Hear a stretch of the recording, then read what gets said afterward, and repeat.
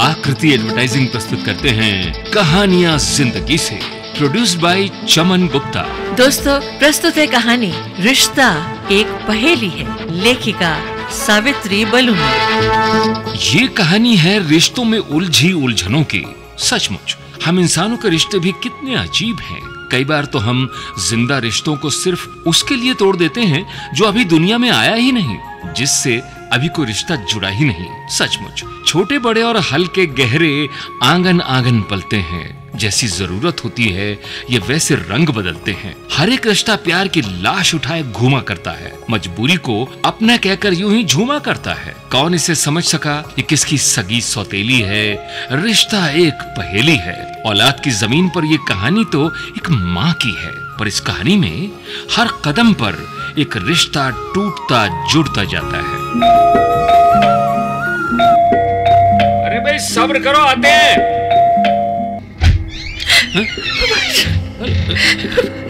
Emma, तुम कहाँ चली? अरे एम्मा, एम्मा क्या हुआ बताओ तो। एम्मा बताओ तो क्या हुआ, मेरा दिल बैठा जा रहा है। अच्छा बताओ क्या हुआ। भाईजान, आरिफ दूसरी शादी कर रहे हैं। मुझे इत्तला किए बगैर ही मेरे सास ससुर अपने आरिफ के लिए दूसरी दुल्हन पसंद कराए। क्या कह रही हो तुम? भाभी, अम्मी अब्बू लड़की पसंद कराए हैं, ये आप क्या कह रही हैं? आरिफ भाई ऐसा कैसे कर सकते हैं? अच्छा ये बताइए, आपको कैसे पता चला? हाँ। आज सुबह लड़की का मुझे फोन आया था, ये पूछने के लिए कि मेरी आरिफ से अभी तलाक हुई कि नहीं। क्या कहूँ? पर भाभी क्यों? वही पुरानी बात। मेरी बेटी ने तुम्हारे भाई और तुम्हारे खानदान को 3-3 चराग दिए हैं। 10 साल हो गए तुम्हारी शादी को और तुम इस खानदान को एक वारिस न दे सकी। क्या तुमने बताया नहीं कि खोट आरिफ में है? आसमा, उठाओ जल्दी उठाओ अपना सामान और अपने तीनों बच्चों को लेकर निकलो यहाँ से। अरे मोहसिन, ये क्या कह रहे हैं आप? अब इसमें मेरी क्या गलती है? भाईजान कैसी बात कर रहे हैं आप?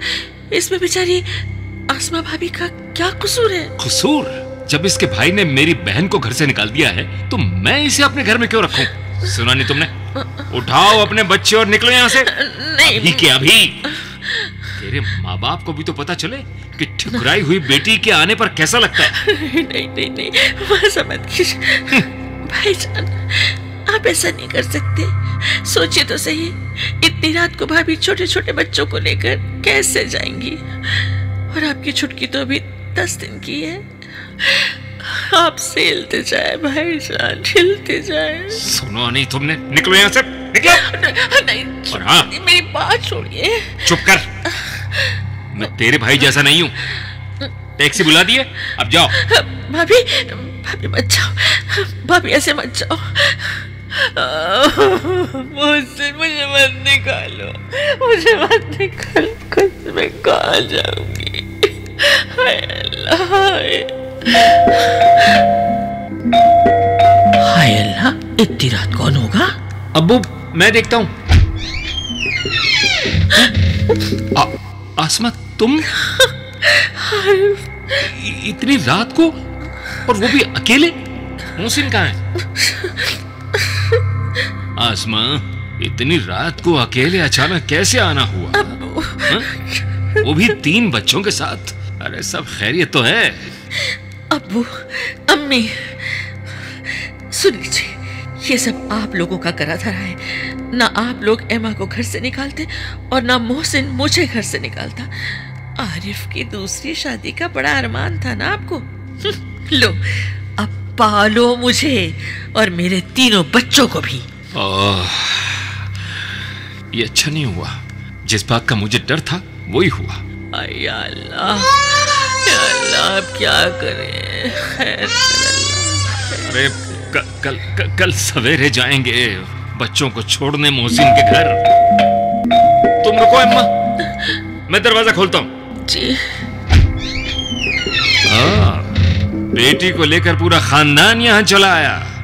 अब क्या लेने के लिए आए यहाँ? बेटे मोहसिन, हम आपकी नाराजगी समझते हैं, पर कोई इस तरह अपनी बीवी और औलाद को घर से थोड़ी ना निकालता है। ओ, और चचा जान जो आपने किया है, और आपका ये बेमुराद बेटा आरिफ जो मुंह में दही जमाए चुपचाप अपनी पत्नी पर जुल्म होते हुए देखता रहा। जुबान संभाल के बात कीजिए, जुबान संभाल के बात कीजिए। हम चुप हैं तो कुछ भी बोलते चले जाएंगे। अच्छा, क्या कर लोगे? तुम्हारी बहन आसमा और बच्चे अब यहां नहीं रहेंगे। ऐसा ना कहो बेटा, तीनों बच्चे छोटे हैं, एक तो अभी 10 दिन की है, कहां रहेंगे? देखो चचा, आपने मेरी बहन के बारे में नहीं सोचा, तो फिर मैं कैसे आपकी बेटी के बारे में सोचूं? उसे तो बे कहकर आपने घर से निकाल दिया है। हाय मोहसिन, तुम तो जानते हो कि वो बच्चा नहीं।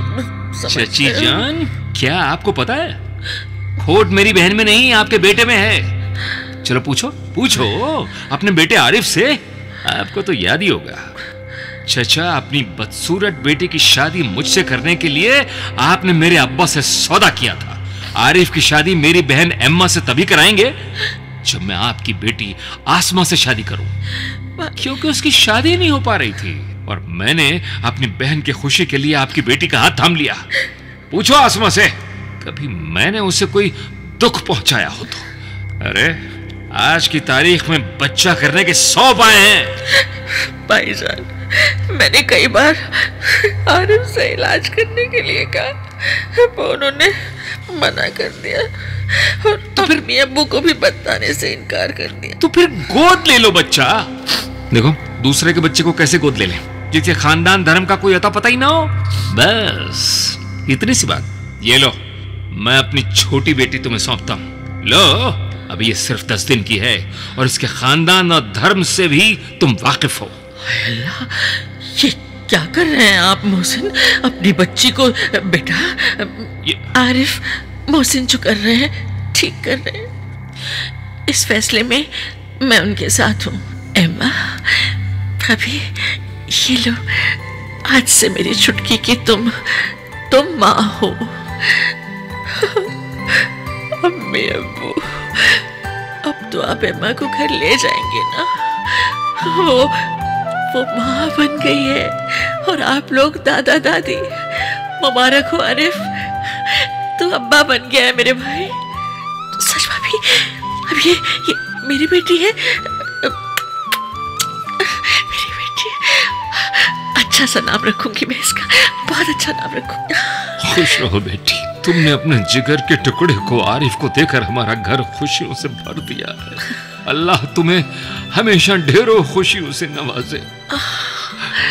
चलो चलो अम्मा, घर चलो बेटे। हाँ बेटे, हमें माफ कर देना। आसमा, आज तुमने जो मेरी बहन और उसकी शादी बचाने के लिए किया है वो मैं... कैसी बातें कर रहे हैं आप मोहसिन? आरिफ मेरा भी तो भाई है, और फिर बेटी यहाँ पले या वहाँ, घर तो एक ही है ना?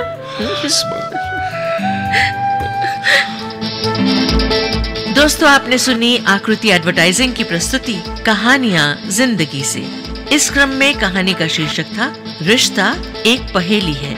हम उम्मीद करते हैं कि आपको हमारी कहानी जरूर पसंद आई होगी। पसंद आने पर लाइक करें, और हाँ, अगर आपने चैनल को सब्सक्राइब नहीं किया है तो आप जल्दी से चैनल को सब्सक्राइब करें और बेल आइकन के बटन को जरूर दबाएं, ताकि हमारी आगे आने वाली नई नई कहानियों की नोटिफिकेशन आपको सबसे पहले मिलती रहे। दोस्तों, हमारी जिंदगी से नित नई कहानियां पैदा होती हैं। यदि आपकी जिंदगी की भी कोई संवेदनशील कहानी या अनुभव हो और आप चाहते हैं कि उसे लोगों तक पहुंचना चाहिए, तो अपना कॉन्सेप्ट यानी संकल्पना अधिकतम 200 शब्दों में लिखकर हमें भेजें। पसंद आने पर आपके कॉन्सेप्ट का कहानी रूपांतरण कहानियां जिंदगी से में शामिल किया जाएगा, आपके नाम के साथ। धन्यवाद।